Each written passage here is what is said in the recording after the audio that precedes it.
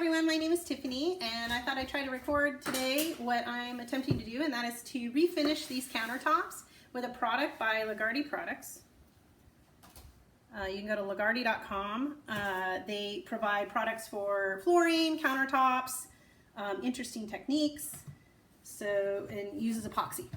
So when you order the product, they will ship you the containers for each individual step. They have great training videos to tell you each step individually and labeled A and B, so you know exactly what step goes with what.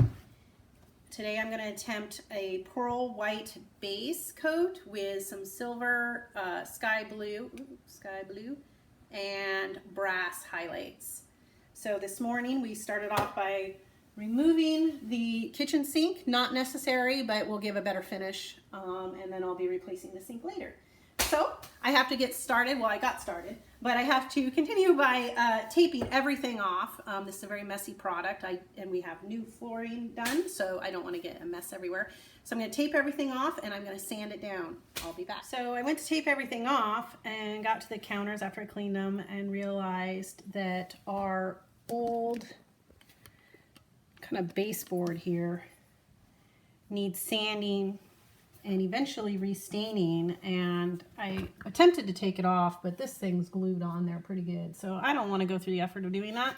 So I'm going to use our sander. We got one of these little guys. The sandpaper is really easy to take on and off. It's just Velcro. I have a pretty intense grade on here because it's I think like a lacquer finish, and so I have to get that off. So that's what I'm going to be doing before I tape. So I think I got the baseboard sanded pretty good. I don't know, good enough. You can see my sanding job, that was brand new. So this, I was saying grade, I guess it's grain. This grain was pretty intense. So I am going, the video says that I can use an 80, 50 or an 80 on my countertops. So I think I have an 80 here. I am going to use for this countertop. However, might have to use a harder one for that countertop. You can see I'm doing two different countertops. This one is definitely way more laminate than this one, at least as far as the gloss goes. So we're going to sand this down, and I realize I can't tape, or I don't want to tape anything up until I've sanded it down, because I'm going to have a bunch of dust that I have to clean up anyways. So I'll do a little bit on video and then I will come back. So I think it's as easy as just giving it a little shine.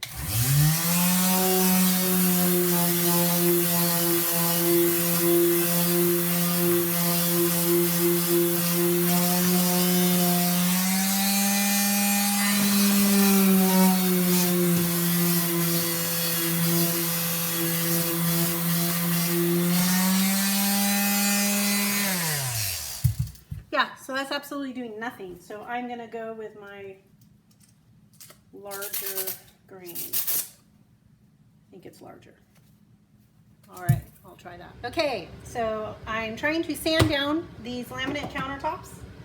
This one is actually pretty worn, so I was expecting that this little sander would do the job to get a little bit of the grittiness. And I found out that the lowest number, or the lower the number on these sanders, the more coarse it is. And so I got 80 because the video said that should be able to do it, but it does nothing on these. So it's doing nothing. I can't go out and get new sanders or new, whatever you call these little things, sandpaper, because I'm in the midst of coronavirus and I'm not going to risk going out to the store right now. So I am going to use this baby and get a belt sander, but I put 120 grain on this, which is a lighter grain. So if I do it lightly, I think the combination of the two will actually do some damage. So I tested this, and yes, it is working. So I'm able to get a little bit of roughness, but not take off any of the finish. So I'm going to continue to do that. I'll show you how this baby works a little bit here. And yes, I probably should have appropriate masks and stuff like that. Again, coronavirus, you get what you get.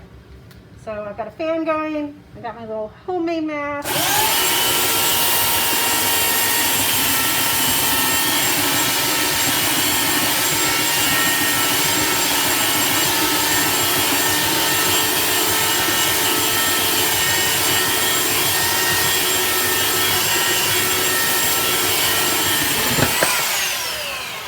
Don't run over the cord like I just did. Oh, that's awesome. Awesome. Good thing I'm redoing these. Anyways, that is working. It's just taking off enough to where I don't have the gloss on the top. So we're good to go. I just got to finish sanding. Okay, so that belt sander plus the 120 did great on this countertop that was already worn, but I did have to bump it to at least 100 on this one.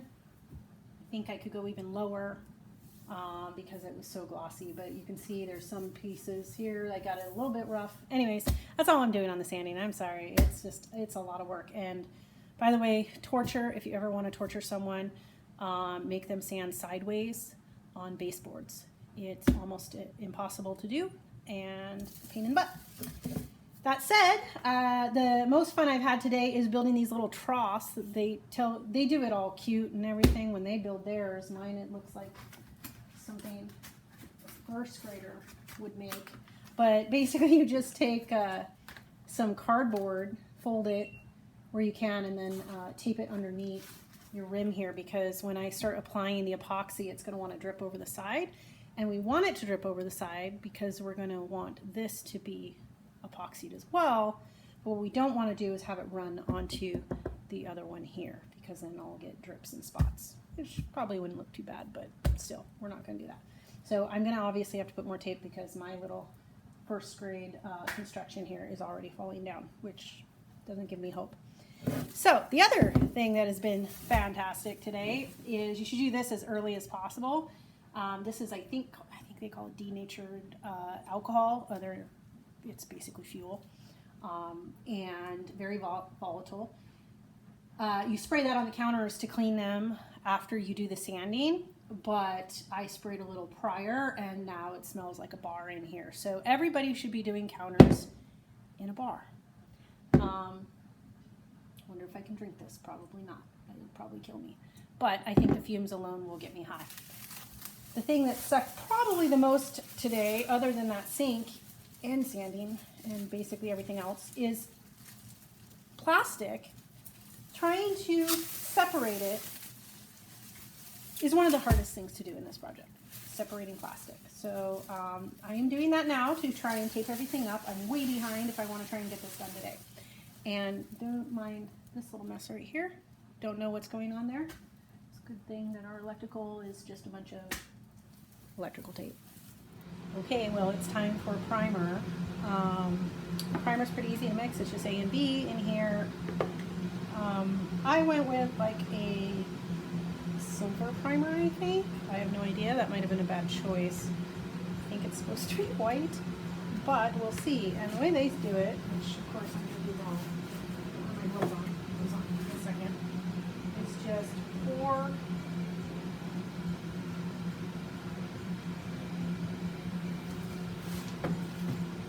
the coat. It's like a painting. Problem is, this is going to be a problem. You can see, I have the wrong roller. I'm not supposed to use a foam roller on this because of that reason right there. It's a primer. So hopefully this doesn't become an issue. So I had the wrong roller, which is unfortunate, but I was able to have enough primer, I believe, to at least get an initial coat on the countertops to put extra on that one there. It's super shiny. But now, it took me a while. It took me at least half an hour just to apply the primer. So I only have about an hour before I have to start applying the epoxy. So I gotta get working on that over there. Okay, so not thinking correctly, I got a silver base coat, which I have already pre-mixed the A out in the yard.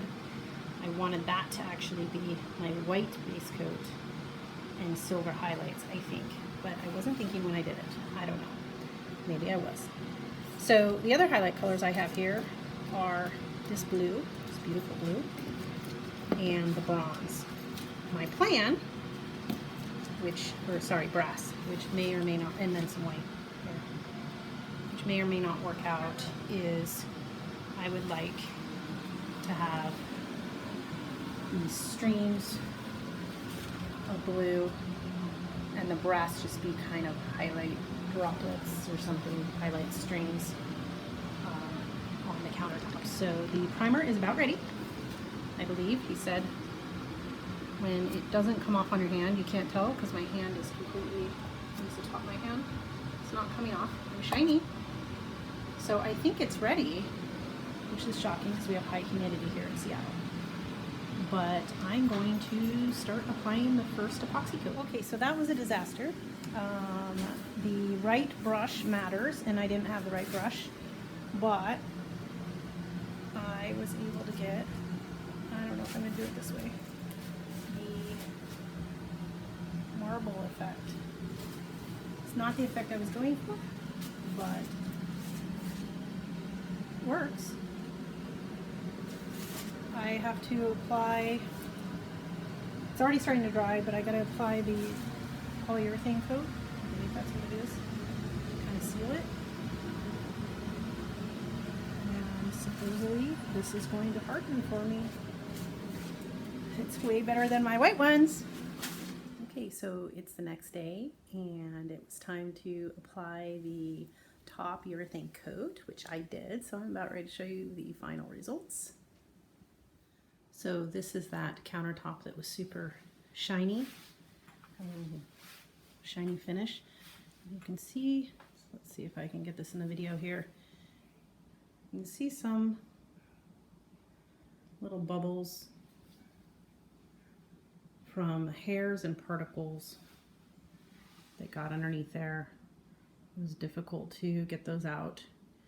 And because I didn't use the grit, I think the grit would have made them a little less obvious. This, of course, is zoomed in. It's not as obvious to the eye, but it's disappointing that I couldn't get those out. Other than that, this was not the original effect I was looking for, but I think it came out pretty cool. Still hardening,